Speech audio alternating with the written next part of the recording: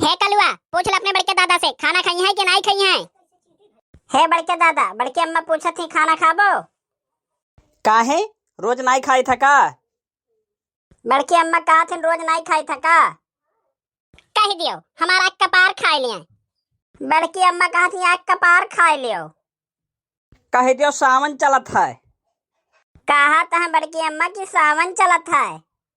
अरे तो हमें कौन पता सावन चलत है कि भादो। हम तो जब से बियाह कई के आ है खाली हमरे जिंदगी में खरवास चलत है।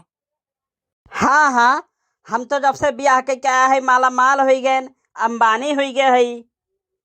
अच्छा, माला माल नहीं भय रहे हो तो कहाँ से अपने भाई 1.5 लाख रुपया दे रहे हो। हाँ हाँ, तोहरे भाई जब 60,000 रुपया दिए रहन तब तो तोहर भाई भाई और हमार भाई कुकुर। के बड़का दादा चाचा कहते हो। नहीं हो, तोहरे मामा कही था। है सुन लियो, हमारा भाई 20 रोज के अंदर लाख पैसा लौटाई गया रहा। एक मिनट, अरे हम खाई ली जाएगी कि ना खाई। कह दे अपने अम्मा से छेदी काका के यहाँ खाना खा का है। जाओ, अब हम खाना में नहीं बनाई। आग लगाई दो जाके किचनिया में जाकर पर हंडा पतियाला को बहाई दिया थई। आग लगाई दो कलुआ, जा किचन के बर्तन चूल्हा तूर तारी के धाई दे।